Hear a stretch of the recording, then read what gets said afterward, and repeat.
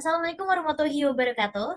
Perkenalkan kami dari kelompok 3 kelas IF11D ingin menjelaskan mengenai evaluasi proyek prototyping dan analisis hasil prototyping aplikasi Hire Trendy.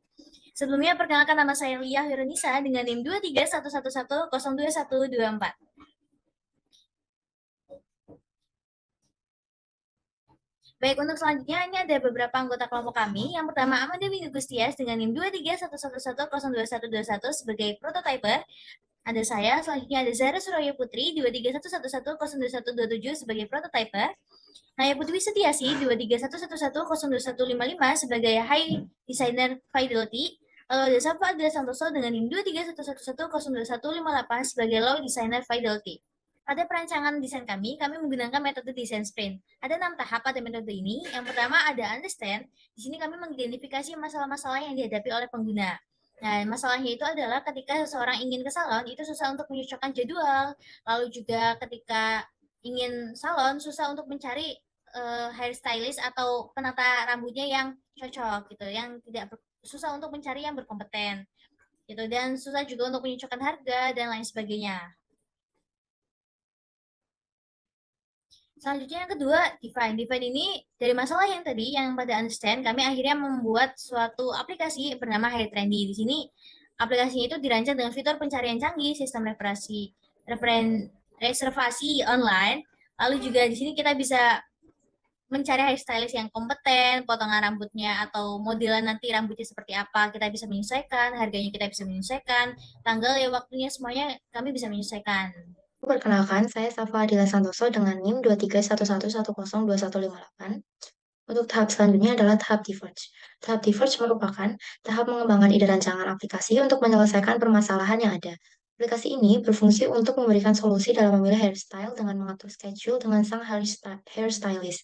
Konsep warna yang digunakan pada aplikasi ini menggunakan warna monokromik yang memberikan kesan profesional dan juga serius. Untuk selanjutnya terdapat storyboard. Yang pertama halaman awal, halaman login, halaman register. Kemudian terdapat halaman home, halaman hair cutting, halaman hairstyling. Dan selanjutnya terdapat halaman hair coloring, halaman jadwal, halaman pesanan. Kemudian halaman pesan dan yang terakhir adalah halaman profile. Perkenalkan, nama saya Naya Batul Setiasi dengan NIM 23111102155 dari kelas IF11D. Di sini saya sebagai Head Design Fidelity. Di sini saya akan menjelaskan tentang desain. Setelah menemukan ide-ide dan hasil rancangan sketsa aplikasi sudah jadi, selanjutnya menerapkan ide dan sketsa menjadi rancangan wireframe. Di sini ada flowchart, bisa dilihat flowchartnya.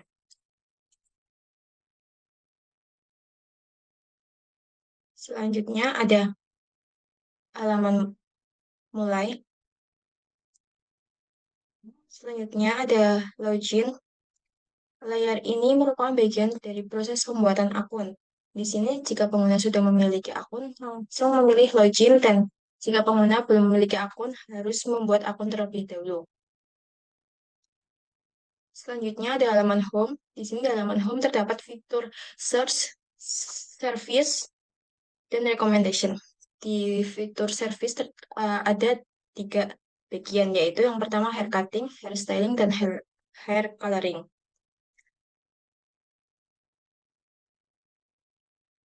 Selanjutnya ada service. Di halaman service ini terdapat hair cutting yang memiliki 2 bagian, yaitu untuk wanita dan untuk pria. Dan hair styling juga ada untuk wanita dan pria. Hair coloring juga ada wanita dan pria. Dan di sini ada fitur search dan gambar modelnya. Selanjutnya ada schedule. Di fitur schedule ini ada halaman search, hairstylist, choose date, choose time, dan no. Selanjutnya ada message. Di halaman message ini ada fitur search, chat pengguna, dan new message. Di gambar sebelahnya terdapat halaman new message. Selanjutnya ada orders. Di halaman orders ini terdapat fitur search, all order, cutting, styling, dan coloring. Di sini terdapat riwayat order. Selanjutnya ada My Profile. Di halaman My Profile ini terdapat fitur bahasa, notification, pengaturan, background, profile. Di sini ada nama pengguna, alamat pengguna, dan fitur-fitur selanjutnya. Di sini di sampingnya terdapat fitur bahasa, terus notification, halaman wishlist, location, voucher, dan help center. Perkenalkan, nama saya Amanda Winnie Pustias dengan NIM 231110121. Di sini saya berperan sebagai prototyper dan akan menjelaskan bagian prototype.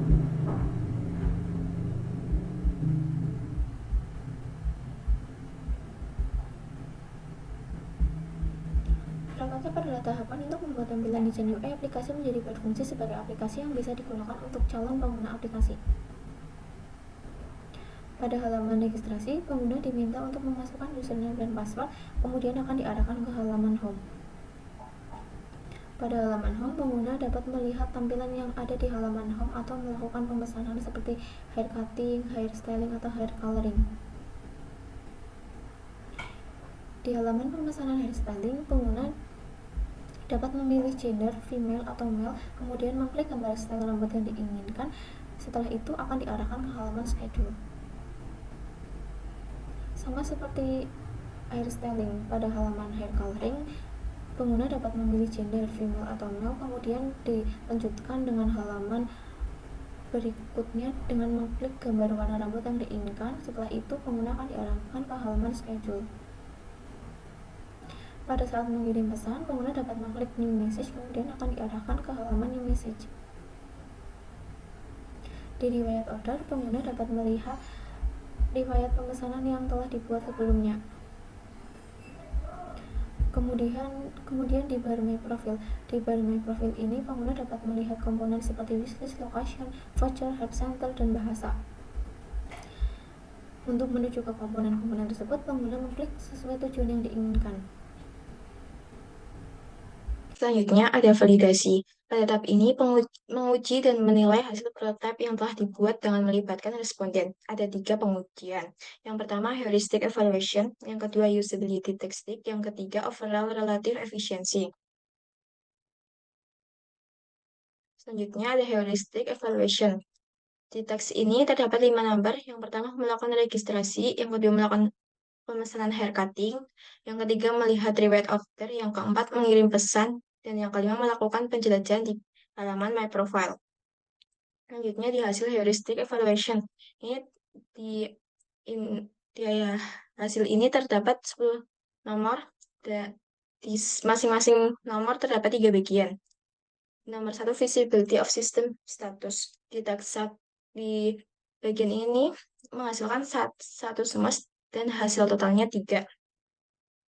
Selanjutnya, di bagian kedua, di bagian ini juga sama, menghasilkan satu semua di 3 bagian ini dan hasil totalnya 3.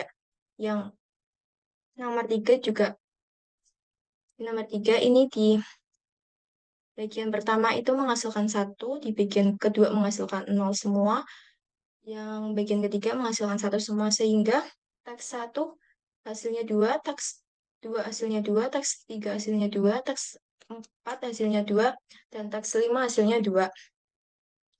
Selanjutnya, di nomor 4 ini terdapat 3 bagian juga. Di 3 bagian ini menghasilkan 1 sehingga total hasilnya semua 3. Di nomor 5 ini, di bagian 1 menghasilkan 0 semua, di bagian 2 menghasilkan 0 semua, di bagian 3 menghasilkan 1 semua, sehingga teks 1 menghasilkan 1, teks 2 menghasilkan 1, teks 3 menghasilkan 1, teks 4 menghasilkan 1, dan teks 5 menghasilkan 1. Di bagian 6 ini, 3 bagian menghasilkan 1, sehingga totalnya nomor 6 ini menghasilkan 3. Di nomor 7 ini, semua 3 bagian ini menghasilkan 1, sehingga total semua 3. Selanjutnya, nomor 8, masing-masing bagian menghasilkan 1, sehingga total hasilnya 3. Dan nomor 9, di semua 3 bagian ini menghasilkan 0, dan total hasilnya 0. Di nomor 10 ini, di bagian pertama, teks 1 menghasilkan 0, teks 2 1, teks 3 0, teks 4 1, dan teks 5 0. Di bagian 2 menghasilkan satu semua, dibagikan 3 menghasilkan satu semua, sehingga total hasilnya di teks 1, 2, teks 2, 3, teks 3, 2, teks 4, 3, dan teks 5, 2. Selanjutnya, di heuristic evaluation, ini terdapat several things. Bisa dilihat. Selanjutnya, ini terdapat 10 bagian. Yang bagian pertama, feasibility of system status ini, rata-ratanya 3. Terus, ini persentasenya 72-85%, sehingga kodenya 2. Dan menghasilkan cosmetic issues. Bisa dilihat sesuai tabel sebelah.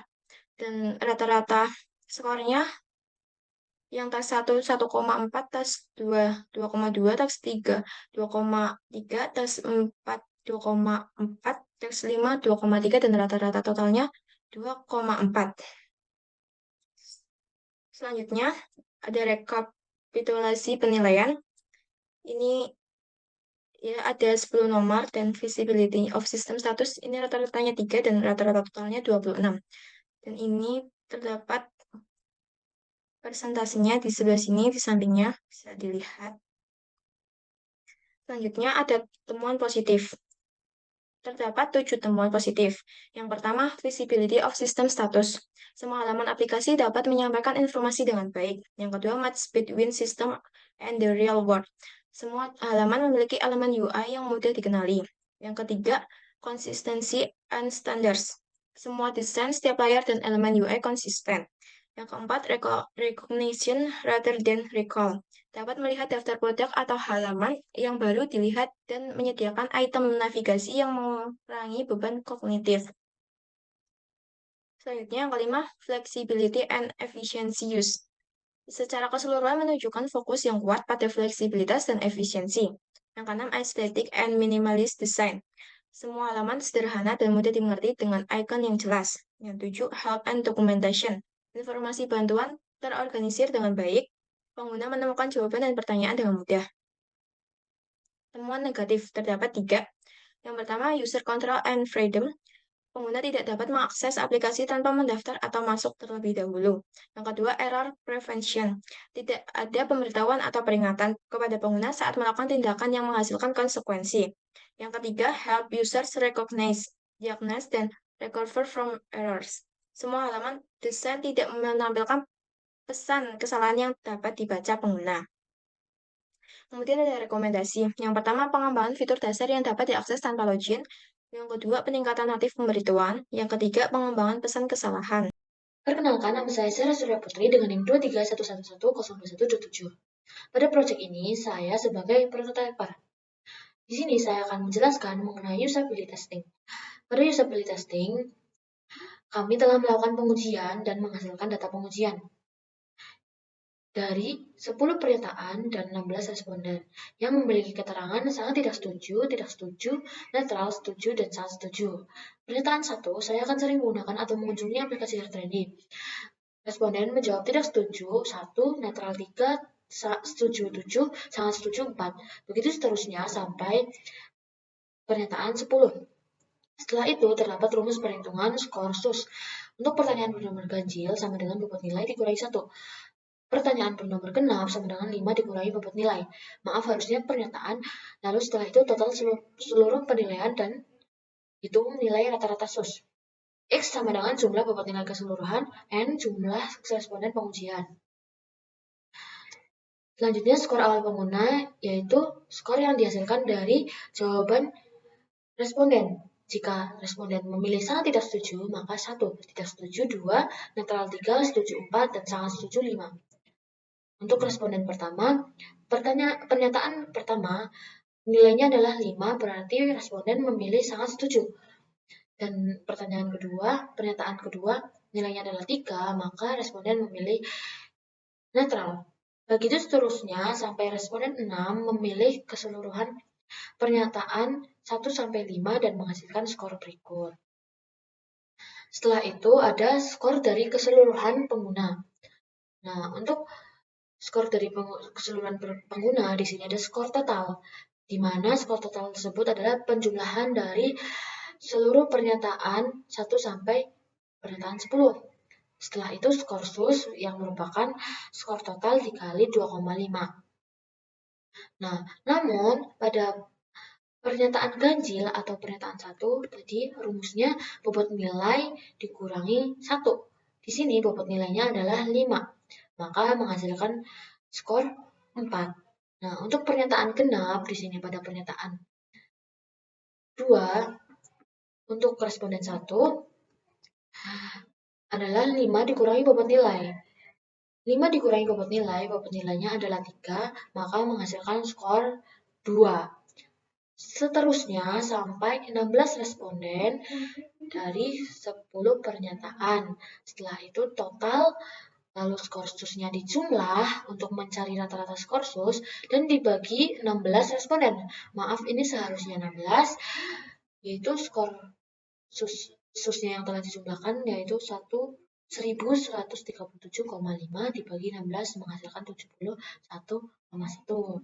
Nah, standar skor SUS yaitu 68. Berdasarkan hasil rata-rata skor SUS yang didapatkan yaitu sebesar 71,1 yang menunjukkan bahwa aplikasi Trendy berada di atas rata-rata nilai standar. Oke, untuk selanjutnya di sini ada overall relative efisiensi. Di sini ada datanya.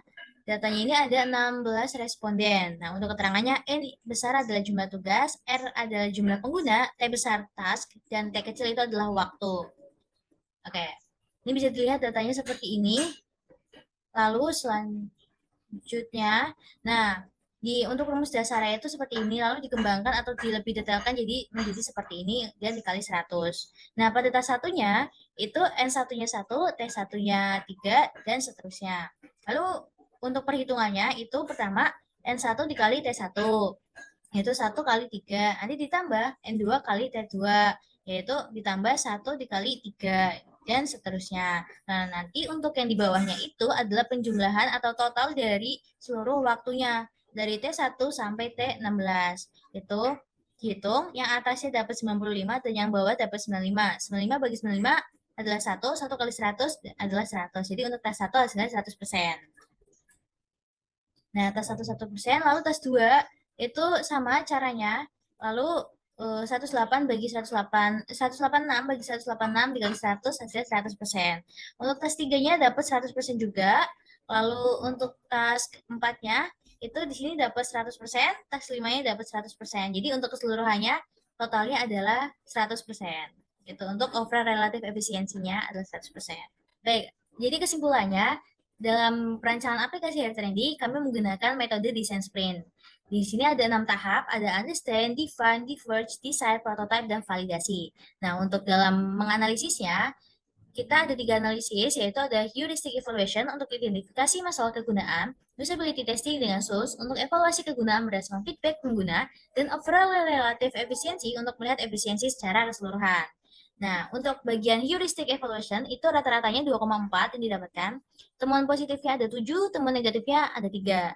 Lalu untuk usability testing itu hasilnya hasil akhirnya 71,1. Lalu untuk overall efisiensinya hasilnya 100%. Baik, sekian dari kami. Wassalamualaikum warahmatullahi wabarakatuh.